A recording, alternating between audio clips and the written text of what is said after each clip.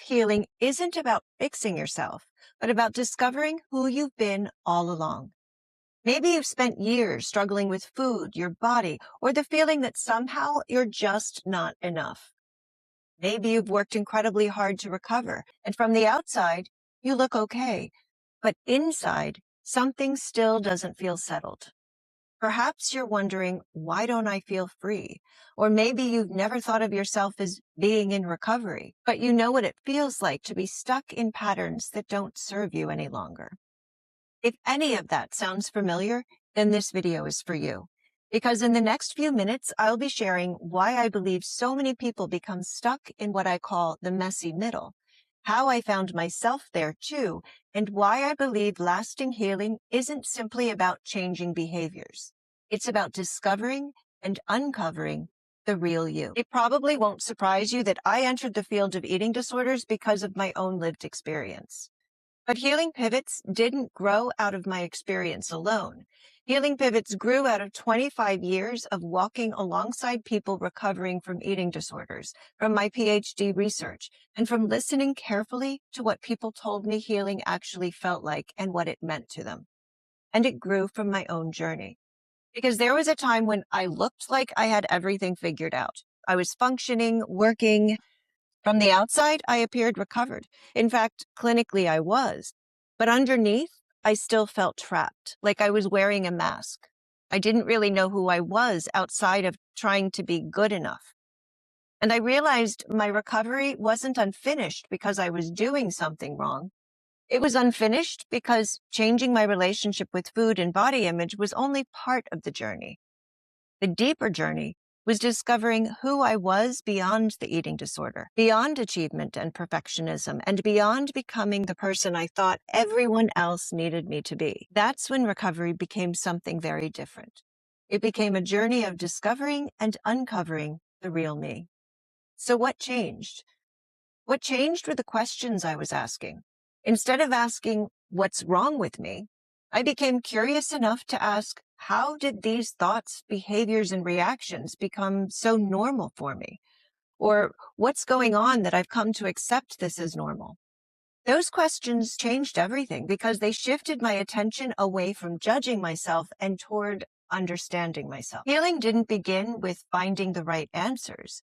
It began with curiosity. And now I'm going to explain the messy middle. See, over the years, I began noticing something I couldn't quite explain at first. People recovering from eating disorders often reached a place where their behaviors had changed.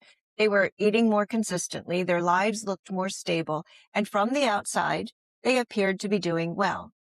But inside, they still didn't feel free, similar to my own story.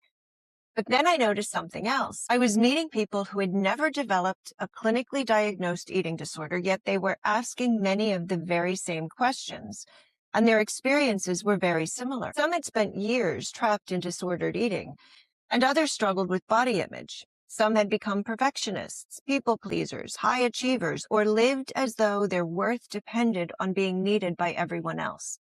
Their stories looked different, but the healing they needed was remarkably similar. And that's when something clicked. The behaviors may be different, but the healing is often the same. So whether someone begins with anorexia, binge eating, years of chronic dieting, or simply a lifetime of believing they're not enough, eventually the questions become less about food and body shape and much more about identity. Who am I if I'm not trying to be perfect? What do I really value? How do I build a life that feels authentic and meaningful instead of simply being manageable? I call this place the messy middle. Not because people are failing and not because they're not recovered, but because they've reached the point where changing behaviors alone is no longer enough. The next stage of healing isn't about becoming someone different. It's about discovering and uncovering who you've been underneath those survival strategies all along. And this is why I created the healing spectrum. Over the years, I realized I needed a different way of understanding healing and helping others to understand, not just as recovery from symptoms, but as recovery of the whole person. So the healing spectrum reminds us that people enter healing from different places. Some begin with a diagnosed eating disorder, some with years of disordered eating, some because they simply know they're exhausted from trying to be enough. So the starting points are different, but as healing deepens, those paths begin to converge. They move beyond food, beyond body image, and into identity, worth, relationships, values, purpose, authenticity. Because recovery isn't simply about leaving something behind. It's about discovering what you're moving toward. Whole person healing. So if you've been following my channel over the past few weeks, you may have noticed that I've been sharing a daily healing pivot. And if you're new here, welcome. These short reflections are really small invitations to pause, become curious, and gently see ourselves in a new way. But they didn't appear out of nowhere. They grew out of everything we've been talking about today. Along the way, I realized something else. Big change rarely happens all at once. We often begin by changing behaviors, and that's common practice, sometimes even life-saving. And it's very human to focus firstly on what's concrete. We can't do all of the deeper work at once. Healing unfolds through smaller moments. A question, a conversation, a new perspective, a moment when curiosity quietly replaces judgment. And I call those moments healing pivots. They're not dramatic breakthroughs. They're small shifts in perspective that gradually change the way we relate to ourselves. One healing pivot at a time. If this way of understanding healing resonates with you, then that's exactly what this channel is about.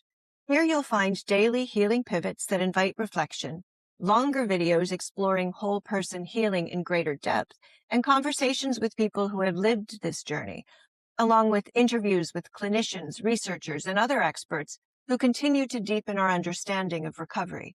Together, we'll explore eating disorders, disordered eating, body image, perfectionism, people-pleasing, identity, self-worth, relationships, and what it really means to heal as a whole person. Because while the behaviors may be different, the healing is often the same. If you'd like to continue this journey with me, I'd love to invite you to subscribe. Together, we'll continue exploring what it means to heal, one healing pivot at a time. And if you'd like a free copy of the Healing Spectrum, the framework we've been talking about today, simply type Healing Pivot in the comments below. I'll send you details so you can download your copy. I'm Dr. Kilty Oberlin, and I thank you for being here. Let's journey together, one healing pivot at a time.